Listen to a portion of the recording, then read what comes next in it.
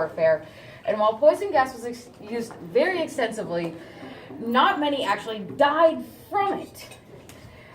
Some even actually returned to active duty after receiving treatment for the chemical gas. The most it really did was the chlorine gas attacked the eyes and the respiratory system, and the mustard gas did the same, but also if you had exposed skin, when it hit, your skin would start blistering. So not fun, very painful.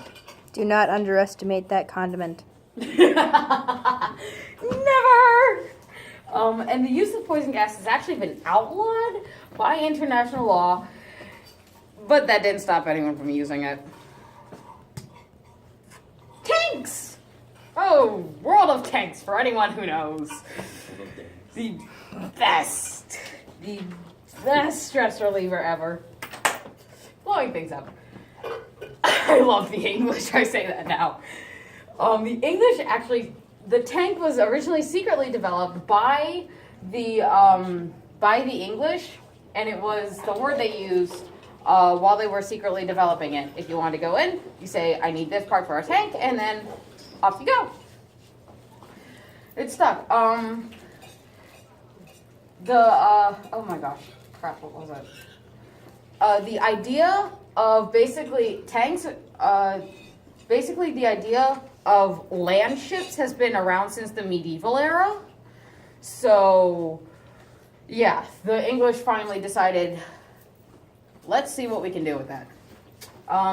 Little Willie was the first British tank, and it weighed about 14 tons, and the top speed that it could go was actually about 3 miles an hour, and it continually broke down. Sounds like me. So I would not want to be the guy in that tank on the battlefield. The models that were developed after were continually improved, but again, breakdowns still a problem. Not where you want to be in the middle of a battlefield. The Germans built a tank. And then there's World War II. The Germans built a tank in response to the English and the French. At the Battle of Cambrai on November 20th, 1917, the first massive use of tank formation was used, and the British deployed over 470 of them for that battle alone. I don't know how many they deployed over the war.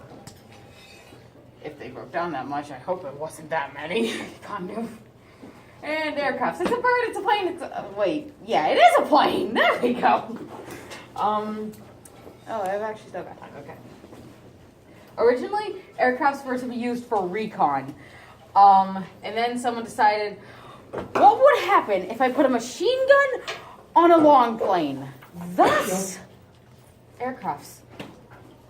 I'm actually rather convinced that this was an American. I'm solely convinced. I'm fully convinced.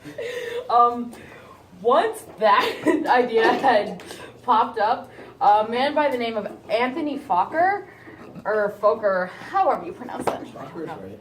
Fokker? Sweet. Anthony Fokker created a method that synchronized the gunfire with the rotation of the propellers so that when you were shooting your gun, you wouldn't shoot the propellers and down you go. I imagine that's very useful sounding. Yes, something tells me that was a bit of a problem at some point. We had to figure out about the issues somehow. I just feel bad for the people who were in the plane. The bullets hitting the propellers was that sometimes you also bounce back, like. Oh yeah. Toward you. That's bad.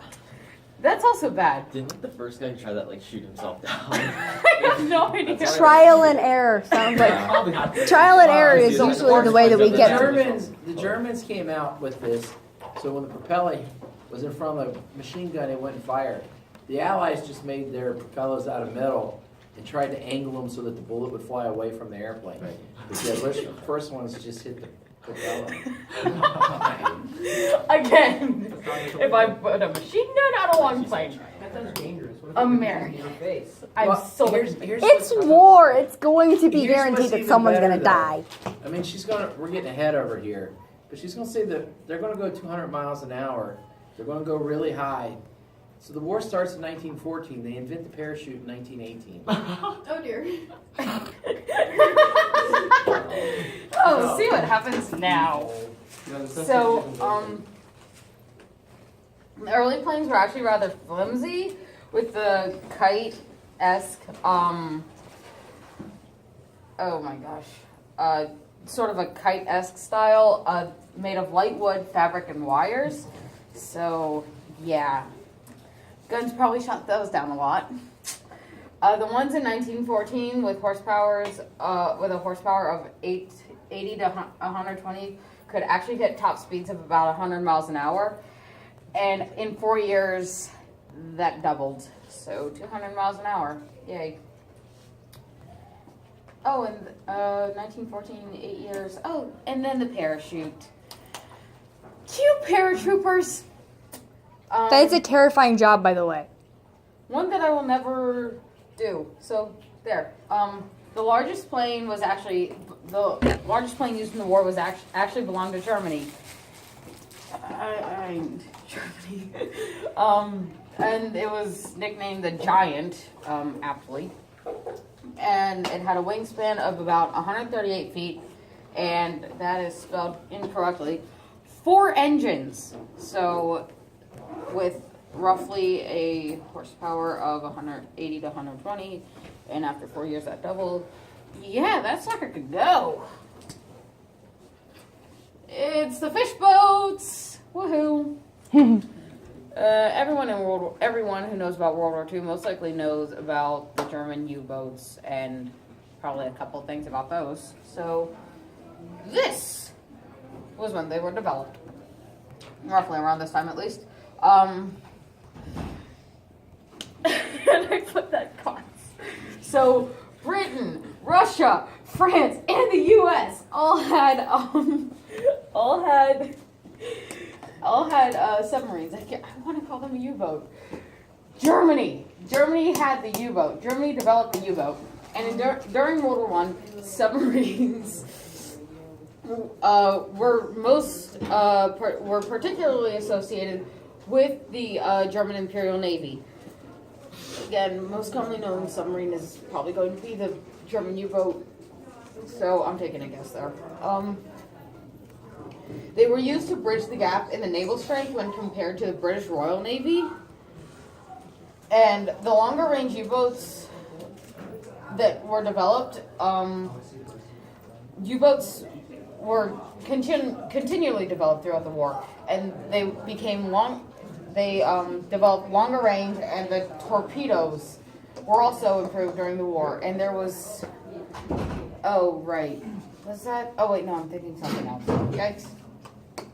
Submarines could attack underneath the water with torpedoes and above water with the deck guns. I'm not sure how they put this one in the water, but anyway. There was an unsuccessful attempt after the end of World War I to basically ban the use of submarines, and same thing with poison gas. That stopped nobody. Oh, is that all?